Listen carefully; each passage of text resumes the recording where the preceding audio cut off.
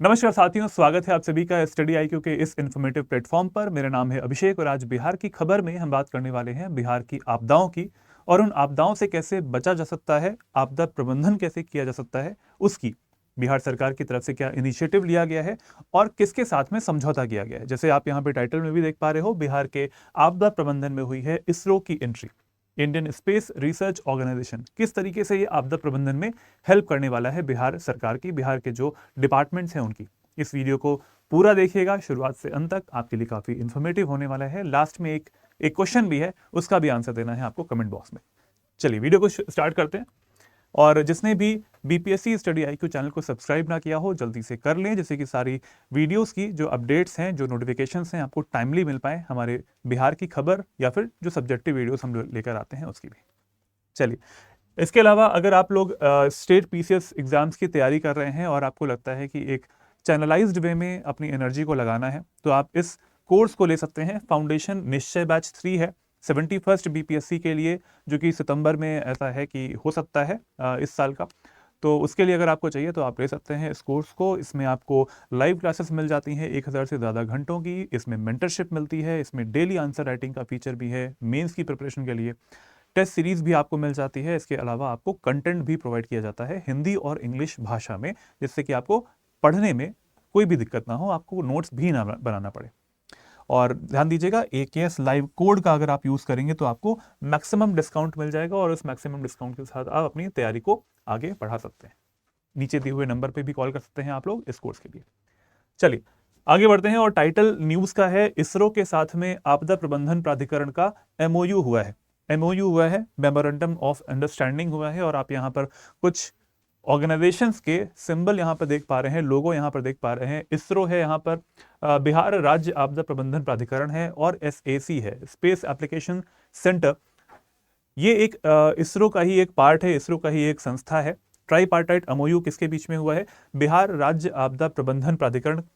तीसरा जो दूसरा हमारा ऑर्गेनाइजेशन है वो है बिहार मौसम सेवा केंद्र। और उसके अलावा जो मैंने बताया आपको SAC के बारे में, स्पेस एप्लीकेशन सेंटर के बारे में, जो कि इसरो का ही भाग है। अब ये क्या करने वाला है, क्या क्या प्रक्रिया इसमें अपनाई जाएगी, इस MOU के अंतर्गत क्या है, आइए जानते हैं इसके आगे। ये एक सिंबल है जो कि ये दिखा रहा है कि एक ट्राईपार्टाइट MOU हुआ है बिहार राज्य आपदा प्रबंधन प्राधिकरण SAC और बिहार मौसम सेवा केंद्र, इनके बीच में। ठीक है, बिहार मौसम सेवा केंद्र इनके बीच में हो रहा है। ट्राईपार्टाइट है, 3 पार्टीज यहां पर जुड़ी हुई है। चलिए, अब इसका एम क्या है? ये जो हमने अभी MOU किया है, मेमोरेंडम ऑफ अंडरस्टैंडिंग, जो समझौता किया है, उसका एम क्या है? इसरो के पास, क्योंकि आप जानते हैं स्पेस ऑर्गेनाइजेशन है और बहुत सारे ऐसे सैटेलाइट्स जो होते हैं वो भेजता रहता है आसमान में। तो उससे क्या होता है कि उससे इंफॉर्मेशन मिल पाती है। कौन कौन सी डिजास्टर्स जो हैं जिनके ऊपर इंफॉर्मेशन ये प्रोवाइड करता है? ये फ्लड्स के लिए, बाढ़ जो होती है उसके लिए इंफॉर्मेशन प्रोवाइड कर सकता है। ड्रॉट के लिए, सूखा अगर पड़ता है तो उसके लिए भी इंफॉर्मेशन बता सकते हैं। हीट वेव और साथ में कोल्ड वेव जो आती है उसके लिए, साथ साथ लाइटनिंग, अगर बिजली गिरने वाली होती है, मौसम खराब होता है, माइक्रो क्लाइमेटिक कंडीशंस अगर ऐसी होती हैं कि वहां पर बहुत ज़्यादा रेनफॉल होने वाली है, तो उसके बारे में भी जानकारी प्रदान करता है। ठीक है, इसके अलावा जैसे कुछ समय पहले हम जानते हैं कि साइक्लोन डाना एक आया हुआ था बंगाल की खाड़ी में। तो उसमें भी हमने देखा कि साइक्लोन में भी बहुत अच्छे तरीके से उस साइक्लोन की ट्रेसिंग किया था इसरो ने, इसरो के सैटेलाइट्स ने। और जब आपको याद होगा कि जब ये साइक्लोन आ रहा था, 25 अक्टूबर के आसपास का समय था, उस टाइम पे बिहार का जो मौसम था वो भी खराब हुआ था, वर्षा हुई थी, रेनफॉल हुई थी अच्छी खासी। तो उसी के बारे में है कि जो सैटेलाइट्स होते हैं वो यही काम करते हैं, जो हमारे कृत्रिम उपग्रह होते हैं वो यही काम करते हैं, पूरी जो मॉनिटरिंग है वो ऊपर से करते रहते हैं। Capacity development in monitoring and prediction of disasters, तो ये काम करना है, ये काम जो सैटेलाइट्स हैं वो करने वाले हैं। और बहुत अच्छे से ये चीज़ें अभी तक भी किया है, पूरे इंडिया के लिए किया है। अब क्योंकि MOU हो गया है, इसमें समझौता हुआ है, तो इसमें आने वाले जो भी डिजास्टर्स हो सकती हैं, जब भी मौसम खराब होते हैं, तब इसरो का ये काम होगा कि उसके बारे में अर्ली वार्निंग जो है वो दी जाएगी। जैसे ये एक डायग्राम आप देख पा रहे हैं, इमेज आप देख पा रहे हैं, ये 23 अक्टूबर की है, जब साइक्लोन डाना बंगाल की खाड़ी में पनप रहा था, बन रहा था उस टाइम पे, और वो लैंडफॉल करने वाला था उड़ीसा। लेकिन उड़ीसा में जब लैंडफॉल करने वाला, ये इसरो की सैटेलाइट से, इसरो का जो सैटेलाइट का डेटा है उसी से ये चीज़ लिया गया है, उसी डेटा से बनाया गया है। बिहार में भी हम जानते हैं कि इसने एफर्ट डाला था। तो इसी तरीके से जो डेटा है वो ट्रेसिंग किया जाएगा और ट्रेसिंग करने के बाद में बिहार के जो डिपार्टमेंट्स हैं, जो कि अभी मैंने बताया ट्राईपार्टाइट में जो दो डिपार्टमेंट्स थे, उन्हें डेटा शेयर भी किया जाएगा, जिससे कि लोगों को बताया जा सके, लोगों की जान और माल का नुकसान ना हो पाए। तो कैसे कैसे करना होता है, ये सैटेलाइट्स करते कैसे हैं? Satellite data will be used to provide the early warnings. ठीक है, अर्ली वार्निंग का मतलब होता है पूर्व चेतावनी प्रणाली, प्रारंभिक चेतावनी जो होती है वो दी जाएगी। कैसे दी जा सकती है? जैसे आप यहाँ पर एक इमेज में देख पा रहे हैं, यहाँ पर लोगों के फोन में जो फीचर होता है उसमें सरकार की तरफ से ये फीचर है कि वो कोई भी इंफॉर्मेशन मैसेजेस के थ्रू या फिर अलर्ट जो है वो प्रोवाइड करवा सकते हैं। तो ये भी किया जा सकता है, ये होता है अर्ली वार्निंग। ठीक, ये सरकार की तरफ से, क्योंकि सैटेलाइट डेटा देगा इन डिपार्टमेंट्स को, बिहार के डिपार्टमेंट्स को, और बिहार के डिपार्टमेंट्स जो है वो वहां के रहने वाले जो लोग होते हैं उनके फोन तक प्रोवाइड कर सकते हैं। इसके अलावा and improve the response strategies, इससे होगा क्या? जो हमारे बिहार के जितने भी डिपार्टमेंट्स होते हैं जो कि आपदा आने पर सक्रिय रहते हैं, आपदा आने से पहले भी सक्रिय रहते हैं, उनको ये सारी इंफॉर्मेशन जो है वो डेटा के अकॉर्डिंग मिल पाएगी और बिल्कुल करेक्ट डेटा होगा ये वाला, और इससे लोगों की जो जान और माल का नुकसान है वो कम हो पाएगा। देखो, ये हम नहीं कह सकते कि पूरी तरीके से हम बच सकते हैं किसी भी डिजास्टर से, लेकिन फिर भी उस चीज़ को अगर आप कम कर ले जाते हैं तो उसकी जो आपदाएं होती हैं वो उससे उसका जो प्रभाव है वो भी कम हो पाएगा। इसके अलावा रिमोट सेंसिंग टेक्नोलॉजी, ये जो सैटेलाइट होते हैं वो यही करते हैं, रिमोट सेंसिंग टेक्नोलॉजी होती है उससे डेटा प्रोवाइड कर रहे होते हैं। Will allow for the estimation of river depth. कई बार हम देखते हैं कि बिहार में जो बाढ़ का स्तर है वो बहुत ज़्यादा, बाढ़ जो आती है वो एक बहुत बड़ी एक आपदा होती है और उसका प्रबंधन करना बहुत ज़रूरी है। इसके लिए भी ये काम करने वाला है। ये बताएगा आपको कि जो नदियां हैं उनकी कितना उसमें पानी है, कितना उसमें अभी वाटर लेवल है, और अगर वाटर लेवल बढ़ता है तो जो तटबंध होते हैं, कब ऐसा हो सकता है कि तटबंध को क्रॉस करके वो पानी रिहायशी इलाकों में बढ़ सकता है। तो ये जो इन्फॉर्मेशन है वो कौन प्रोवाइड करेगा? ये अर्ली वार्निंग के तौर पर इसरो के जो सैटेलाइट हैं वो रिमोट सेंसिंग टेक्नोलॉजी का यूज करके प्रोवाइड कर देंगे पहले से, कि अब आगे आने वाले समय में ऐसा हो सकता है। तो अपनी जान बचानी है, अगर सामान कुछ है, अगर अपनी प्रॉपर्टी कुछ है, तो जो ऐसी प्रॉपर्टी होती है जो कि आप ले जा सकते हैं, ठीक है, तो उसको आप लेके चले जाएं, उस जगह से इंफॉर्मेशन प्रोवाइड कर दी जाएगी, इससे नुकसान कम होगा। तो ये होता है अर्ली वार्निंग सिस्टम का पार्ट। अब कुछ एमओयू के, मेमोरेंडम ऑफ अंडरस्टैंडिंग के जो प्रोविजंस हैं वो देख लेते हैं कि वो क्या है। जैसे पहला यहाँ पर है रिसर्च और एंड एजुकेशन, अनुसंधान और शिक्षा के लिए जो डेटा है उसका यूज किया जाएगा। देखिए, एक तो होता है कि जब कोई आपदा आ रही है उस समय पे रॉ डेटा निकल के आता है फ्रॉम द सैटेलाइट्स। अब नेक्स्ट टाइम पे अगर ऐसी ही कोई आपदा आ पाती है तो उसका जो डेटा पहले वाली आपदा का आया हुआ था सैटेलाइट के माध्यम से, उसकी स्टडी की जाती है, उस पर रिसर्च किया जाता है, उस पर पूरी जो एजुकेशन है, या फिर कई बार ऐसा होता है कि पॉलिसीज बनाई जाती हैं उसके हिसाब से। ठीक है, तो वो जो एक चीज होती है, एक क्लोज्ड लूप सिस्टम बनता है। नेक्स्ट टाइम पे अगर कोई दिक्कत होती है तो वो उस डेटा का यूज करके, क्योंकि हमारे पास पहले से डेटा है, हमारे पास पहले से रिसर्च उस पर किया हुआ है, तो हम बच सकते हैं उस समय जो भी डिजास्टर का प्रभाव होता है उससे, दुष्प्रभाव होता है उससे भी बच सकते हैं। सेकेंड पॉइंट है स्टूडेंट कोलैबोरेशन विद एसएसी, क्योंकि इस चीज को शिक्षा में भी इंक्लूड करना है, रिसर्च में भी इंक्लूड करना है, तो ये स्टूडेंट्स का इसमें कोलैबोरेशन भी हो पाएगा, वो भी जान पाएंगे, और वो अगर जान पाएंगे तो आगे आने वाले, अगर वो स्टूडेंट्स जो हैं वो अपने शिक्षा को आगे बढ़ाना चाहते हैं, हायर स्टडीज़ में जाना चाहते हैं, तो उसमें अगर इस सेंस में रिसर्च करना चाहते हैं तो वो भी कर सकते हैं। स्पेस एप्लीकेशन सेंटर इसरो के साथ में छात्रों का जो सहयोग है वो भी इसमें इंक्लूडेड है। इसके अलावा एआई बेस्ड प्रेडिक्शन सिस्टम्स, अब क्योंकि एक कृत्रिम बुद्धिमत्ता, आर्टिफिशियल इंटेलिजेंस जो है वो आ चुका है, और उससे क्या होता है, हम लोग प्रेडिक्शन कर सकते हैं, हम लोग क्या भविष्यवाणी कर सकते हैं इसके बारे में कि क्या आ सकता है। जैसे इस समय पे आप जानते होंगे कुछ समय पहले तिब्बत में और जब नेपाल के बॉर्डर के पास में जब भूकंप आया हुआ था, तो उसमें भी बिहार तक इफेक्ट हमने देखा था, बिहार में भी हमने इस चीज को फील किया हुआ है।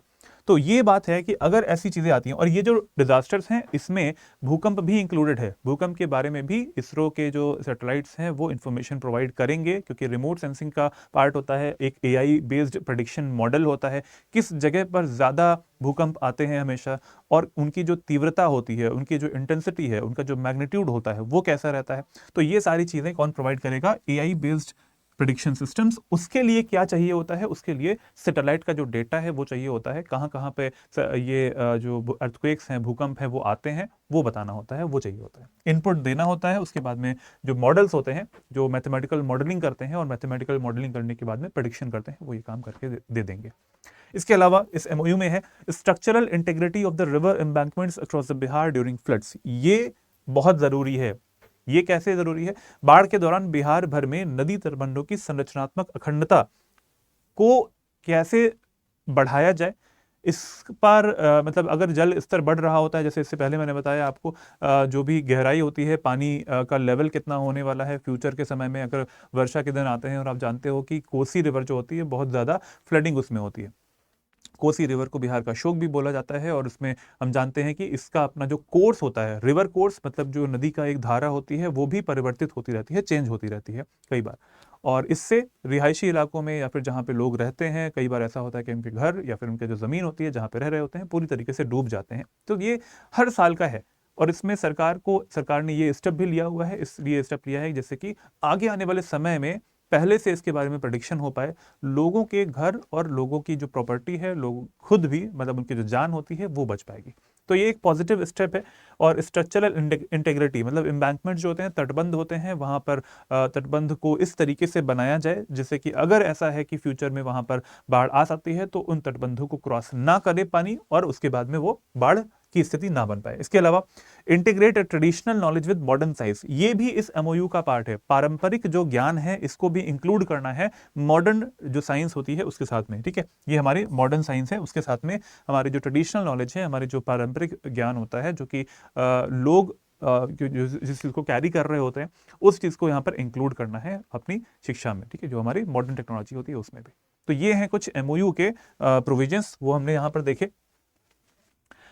इसके अलावा डिजास्टर मैनेजमेंट साइकिल क्या होता है ये भी जरूरी होता है, क्योंकि ये आपके, अगर वैसे तो नॉर्मली पता होना चाहिए, आपके आने वाले जो मेंस एग्जामिनेशन होते हैं उसमें भी इसके बारे में क्वेश्चंस बन सकते हैं।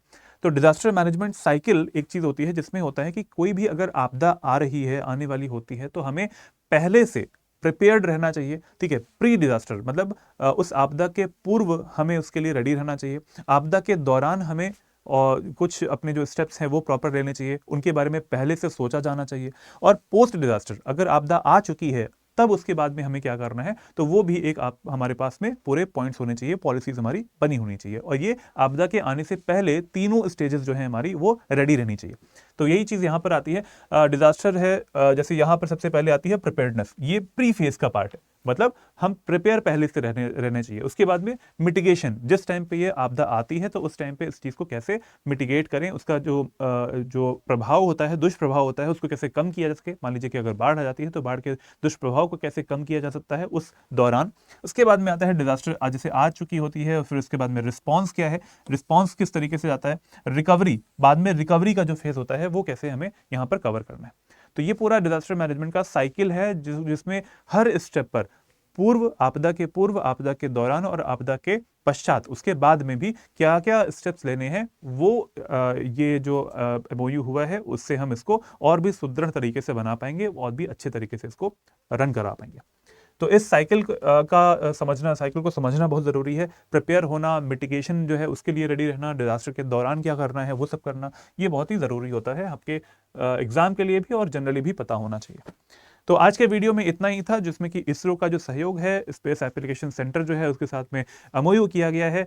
अब हो सकता है, डेफिनेटली ऐसा होगा भी, क्योंकि इसरो जो है अपने सारे एप्लीकेशंस में, अपनी सारी चीज़ों में सबसे आगे बढ़ के जो हमारा डेटा होता है उसको पहुंचाता भी है, हमारे ऑर्गेनाइजेशन तक बचाता है, और एक तरीके से लोगों को भी उनकी जो जान है, माल है, उसके नुकसान को बचाता भी है। इस क्वेश्चन का आंसर आपको देना है कमेंट बॉक्स में। ये क्वेश्चन जो है वो जुड़ा हुआ है कोसी रिवर से। क्वेश्चन है, कोसी नदी निम्नलिखित में से किस जिले में गंगा नदी से मिलती है? कोसी नदी किस जिले में गंगा नदी से मिलती है, ये आपको बताना है कमेंट बॉक्स में। 4 ऑप्शन है आपके सामने, कटिहार, पूर्णिया, भागलपुर और मधेपुरा। इसका आंसर देखते हैं कि कौन सही देता है कमेंट बॉक्स में। इसके अलावा अगर आप मेंस के एग्जामिनेशन की तैयारी कर रहे हैं, 70th बीपीएससी के मेंस की, तो आप हमारा जो कोर्स है, उन्नति बैच है, वो लॉन्च हो चुका है, उन्नति बैच 2। आप नीचे दिए हुए नंबर पर कॉल करके इसके बारे में जानकारी प्राप्त कर सकते हैं। AKS Live is the code which will give you the maximum discount again, ठीक है। ये कोर्स जो है आपको मेंस की तैयारी करवाएगा और मेंस के सारे प्रीवियस ईयर क्वेश्चंस और जो एक्सपेक्टेड क्वेश्चंस होते हैं वो भी यहाँ पे प्रैक्टिस करवाए जाएंगे, और आपके आंसर जो आप लिखोगे उसका इवैल्यूएशन भी आपको इस कोर्स में आपको दिया जाएगा। तो मेंस रेडी होना है तो ये बैच जो है सबसे बेस्ट बैच है आज के समय पे। चलिए, इसके अलावा अगर आपने बीपीएससी स्टडी IQ चैनल को सब्सक्राइब ना किया हो तो जल्दी से कर लें। इसके अलावा अगर आपको मुझसे जुड़ना है तो मेरे टेलीग्राम चैनल पर आप मुझसे जुड़ सकते हैं, learn and grow with Abhishek, this is my Telegram channel. Discussion group भी है और ईमेल आईडी यहाँ पर लिखा है, आप इससे भी मुझसे जुड़ सकते हैं। QR कोड को स्कैन करने के बाद में you can just connect with me with this Telegram channel. चलिए, इस वीडियो को यहीं पे एंड करते हैं, और जो भी खबर आती रहेगी बिहार की खबर में सबसे पहले आपके लिए मैं लाता रहूँगा। इस वीडियो को यहीं पे एंड करते हैं। जय हिंद, जय Bharat, take care and good bye.